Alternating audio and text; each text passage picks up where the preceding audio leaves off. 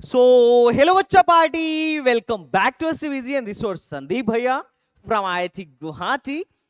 And guys, CUET का result आने के बाद से बहुत सारे बच्चे थोड़े परेशान थे। रीजन ये था कि कुछ बच्चों को अपना स्कोर कार्ड ही समझ में नहीं आ रहा था कि भैया मेरी सीयूईटी एग्जाम में रैंक कितनी आई है, और अगर रैंक या परसेंटाइल आई भी है तो मेरा एडमिशन कहाँ होने वाला है, या फिर ये अच्छी है या अच्छी नहीं है, क्या मैं सिलेक्टेड हूं या नहीं हूं। बहुत तरीके के क्वेश्चंस मेरे व्हाट्सएप पर बच्चों ने भेजा। बहुत सारे लोगों ने मेरे को ईमेल भी किया कि भैया मेरे को समझ में नहीं आ रहा है, आप मेरा स्कोर कार्ड देख के बताओ कि क्या मेरे को कहीं एडमिशन मिलेगा, और अगर मिलेगा तो कहां मिलेगा। और रिजल्ट तो आ चुका है, पर अब मुझे आगे क्या करना है, ये बहुत सारे बच्चों का एक मेजर क्वेश्चन रहा, जिसके बारे में मैं बात करने वाला हूं। और 3-4 तरीके के लोगों के बारे में बात करूंगा। ये वीडियो होने वाली है साइंस वालों के लिए, क्योंकि आर्ट्स वगैरह वालों पे तो मैं अभी बात नहीं करने वाला हूं। बट फिर भी अगर आर्ट्स से भी हो और रिजल्ट समझना है कि भाई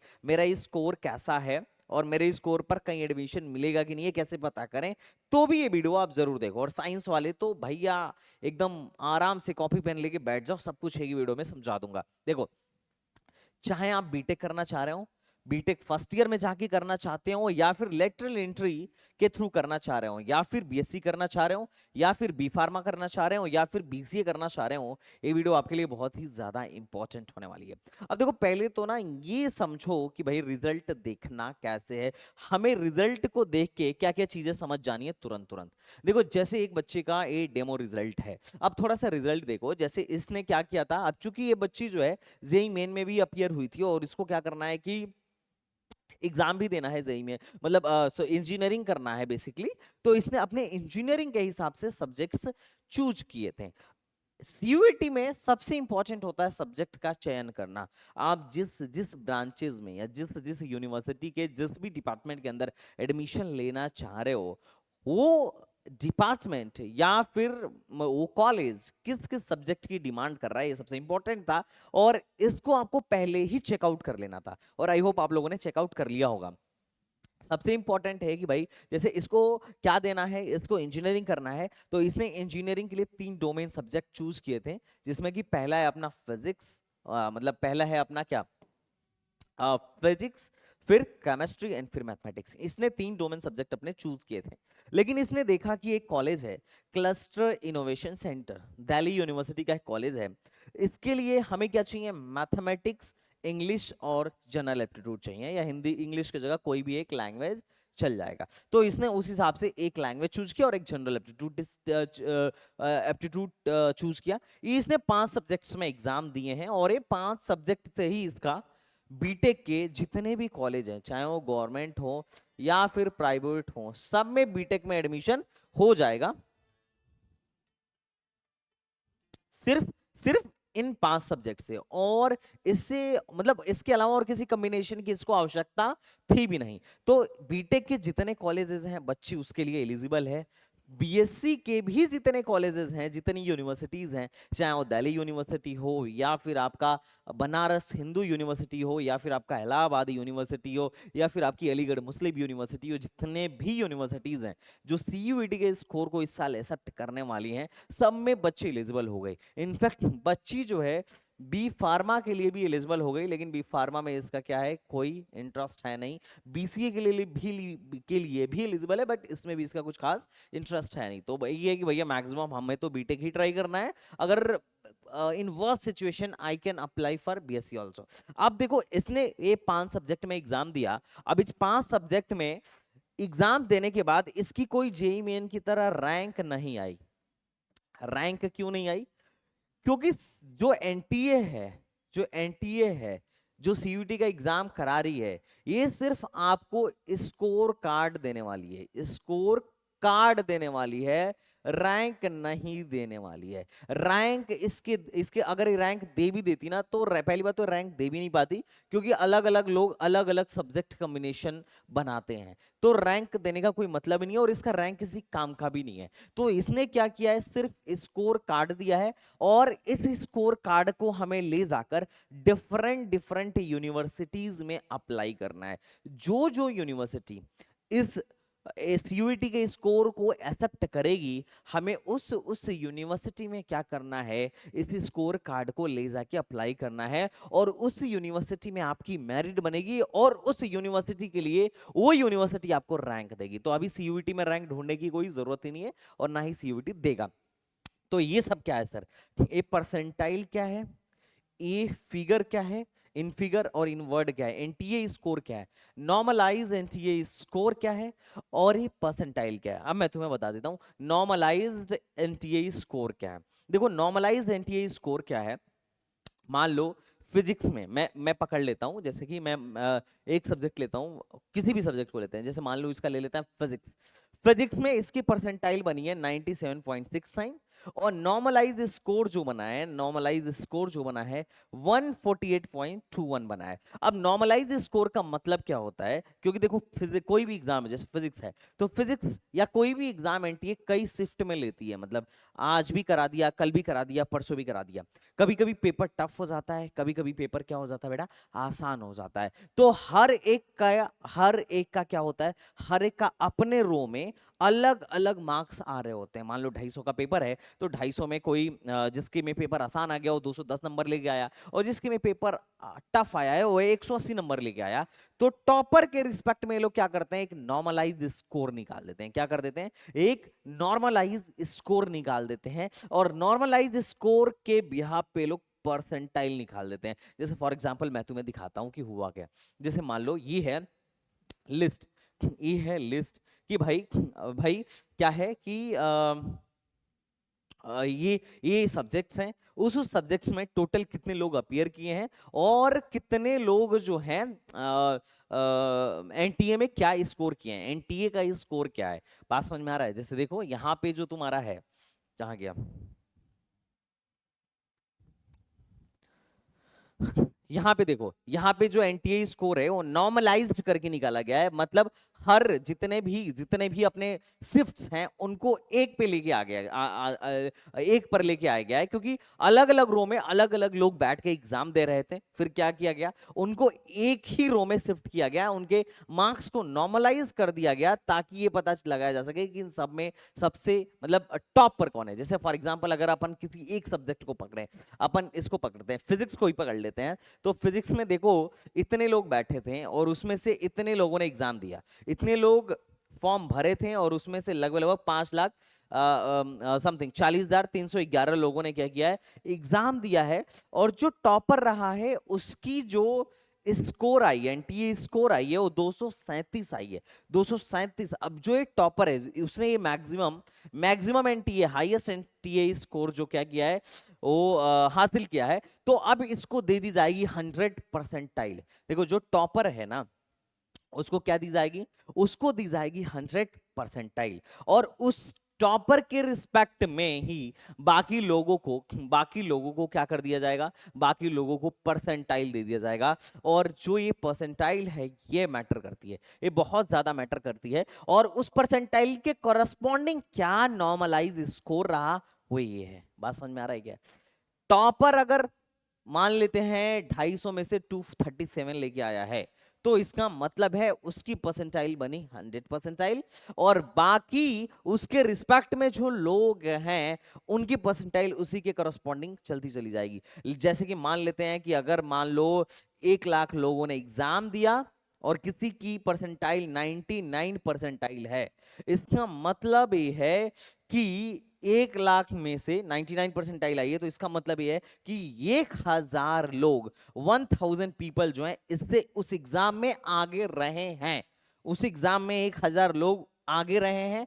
उस एग्जाम में अगर उसकी स्कोर 148 है तो इसका मतलब है कि 1000 लोग ऐसे होंगे जिसका नॉर्मलाइज एनटीए स्कोर 148 से क्या रहा होगा, ज्यादा रहा होगा। ये बात तुम समझ रहे हो।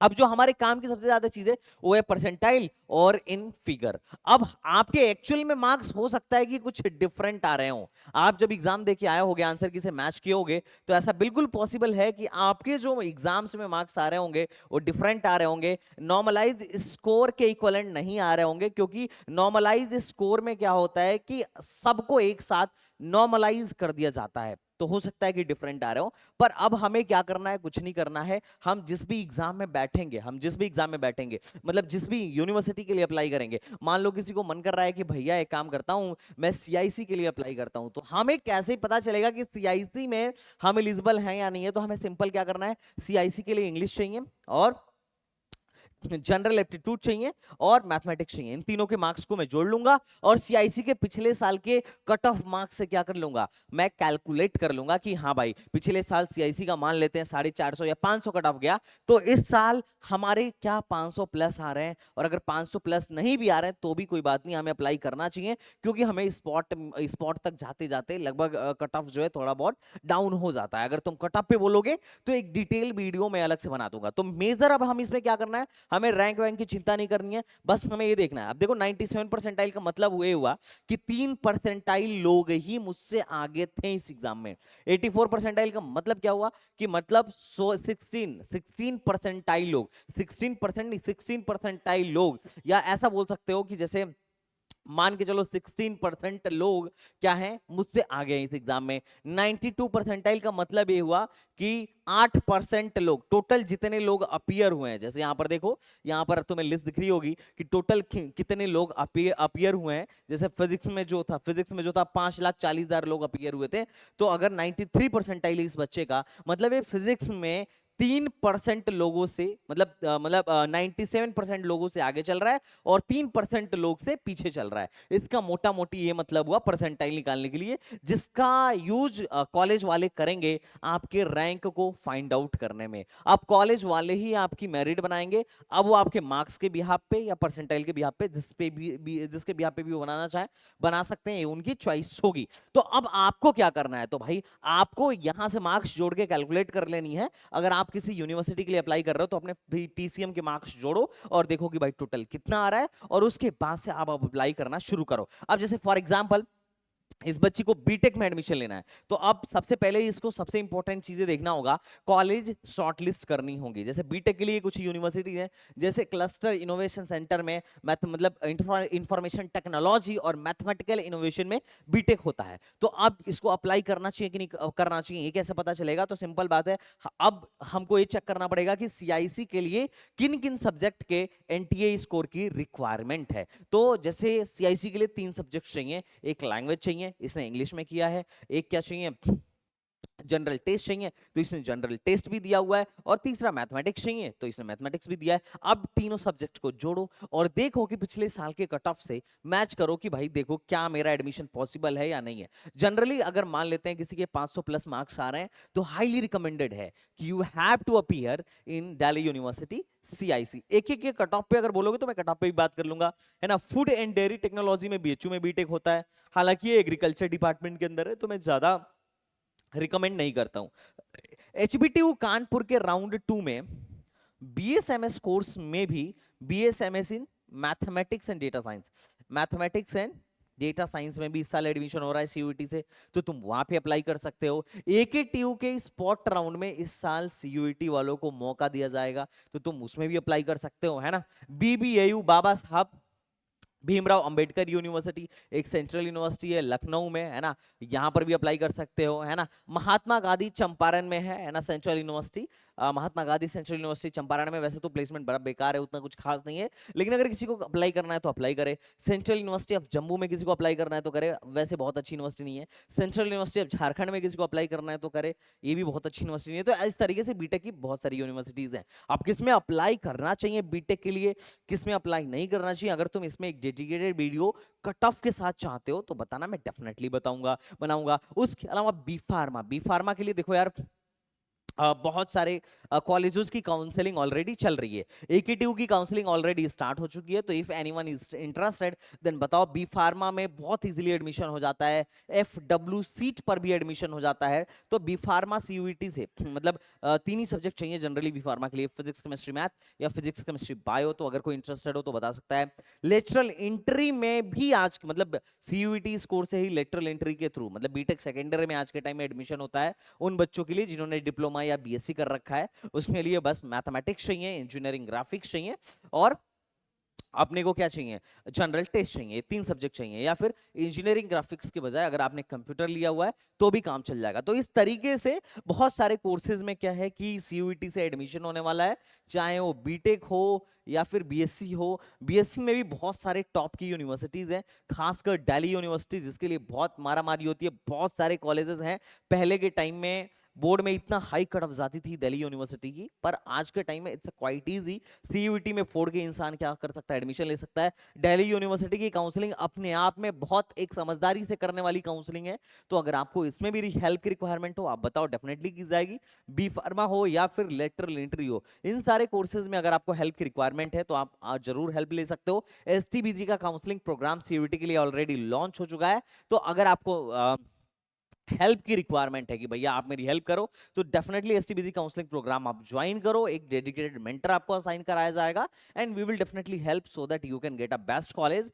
आप हो सकता है कि इसे देख के कंफ्यूज हो, आपको नहीं समझ में आ रहा है कि इस रैंक पर मेरे को किधर एडमिशन लेना है, पर कंफ्यूज होने की जरूरत नहीं है ना। आपका जो भी स्कोर आया होगा, आप मेंटरशिप प्रोग्राम बुक करो, आप अपने स्कोर को दिखाओ, वी विल टेल कि कौन से आपके स्कोर पर कौन से कॉलेज में एडमिशन होने की पॉसिबिलिटीज है, कहां कहां पैसा लगाना है। क्योंकि सीयूईटी ने बस आपको स्कोर दे दिया, सीयूईटी की जिम्मेदारी खत्म, और अब आगे का सारा कार्यक्रम आपको करना है। आपको फाइंड आउट करना पड़ेगा कि आपके जो मार्क्स आ रहे हैं उसके बिहाफ पर कौन कौन सी यूनिवर्सिटीज आपको एडमिशन देंगी। ये सारा कार्यक्रम जो है आपको खुद से करना पड़ेगा।